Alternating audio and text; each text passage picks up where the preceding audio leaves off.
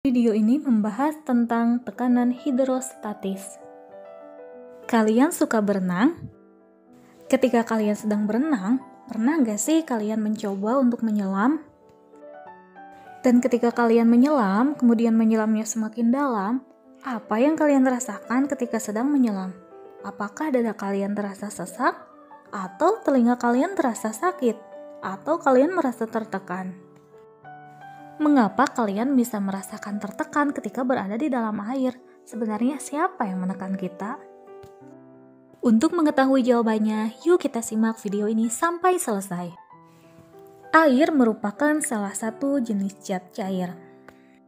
Dan zat cair merupakan fluida. Apa itu fluida? Fluida adalah zat alir atau zat yang dapat mengalir. Contohnya, yang termasuk ke dalam fluida adalah zat cair dan gas. Fluida yang diam pada suatu tempat atau suatu wadah disebut fluida statis.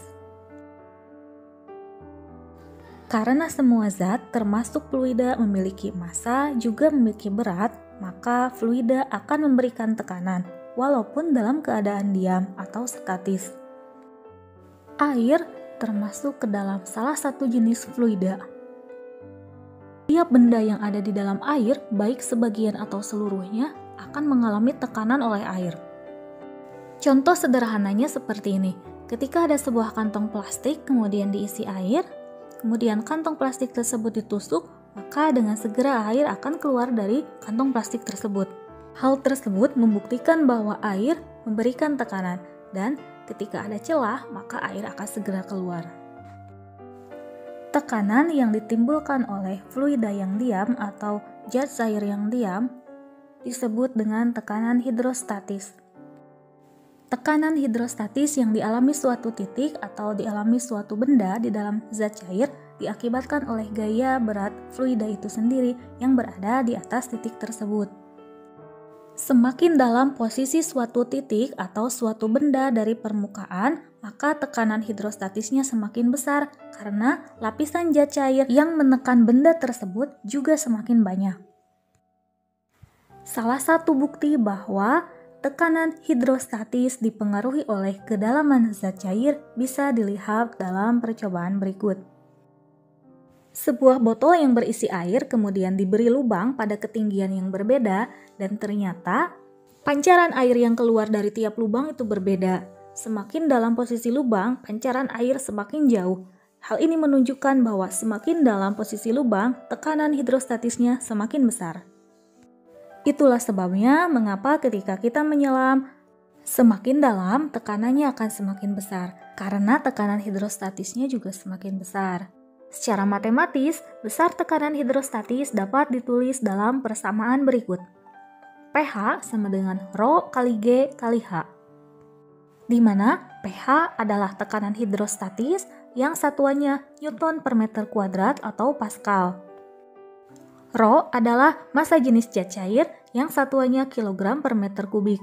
G adalah percepatan gravitasi bumi yang satuannya meter per sekon kuadrat, dan H adalah kedalaman yang satuannya meter. Jadi berdasarkan rumus tersebut dapat disimpulkan bahwa tekanan dalam zat cair atau tekanan hidrostatis hanya bergantung pada jenis dan kedalaman zat cair. Contoh soal, suatu kolam renang dengan kedalaman 2 meter diisi air hingga penuh. Massa jenis air adalah 1000 kg per meter kubik. Jika percepatan gravitasi di tempat itu dianggap 10 meter per sekon kuadrat, tentukan besar tekanan hidrostatis pada suatu titik yang terletak pada kedalaman 50 cm dan 100 cm atau 1 meter. Berdasarkan soal tersebut diketahui bahwa Rho atau massa jenis sama dengan 1000 kg per meter kubik. G atau percepatan gravitasi sama dengan 10 meter per sekon kuadrat. H atau kedalaman sama dengan 50 cm. Dijadikan meter sama dengan 0,5 meter. Ditanyakan pH atau tekanan hidrostatis. Masukkan ke dalam rumus pH sama dengan Rho kali G kali H sama dengan 1000 kg per meter kubik kali 10 meter per sekon kuadrat kali 0,5 meter. Jadi pH sama dengan 5000 Newton per meter kuadrat. Jadi, tekanan hidrostatis di tempat pada kedalaman 50 cm adalah sebesar 5000 Newton per meter kuadrat. Berapa tekanan hidrostatis pada kedalaman 1 meter? Kita tinggal masukkan saja H-nya sama dengan 1 meter. pH sama dengan Rho kali G kali H sama dengan 1000 kg per meter kubik kali 10 meter per sekon kuadrat kali 1 meter. Sama dengan 10.000 Newton per meter kuadrat. Berikut ini merupakan contoh aplikasi tekanan hidrostatis dalam kehidupan sehari-hari.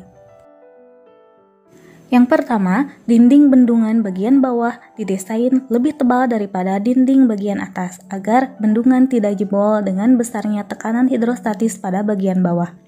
Yang kedua, pembuatan kolam renang. Dasar kolam renang bisa dipertebal pada bagian samping luar sehingga bentuknya menjadi melebar ke bawah. Di bagian luar bisa juga dipertebal pada bagian samping dalam sehingga bentuknya seperti bentuk gelas yang mengecil pada bagian bawah. 3. Kapal selam. Manusia tidak mampu menyelam terlalu dalam sehingga dibuat kapal selam yang terbuat dari bahan yang sangat kuat dan kokoh serta memiliki bentuk yang hampir bulat. Keempat, lubang tangki pada penampungan air. Posisi keran pada tangki penampungan air diletakkan pada bagian bawah agar keseluruhan air dalam tangki bisa dialirkan, juga agar air yang mengalir lebih deras karena semakin ke bawah tekanan hidrostatis semakin besar.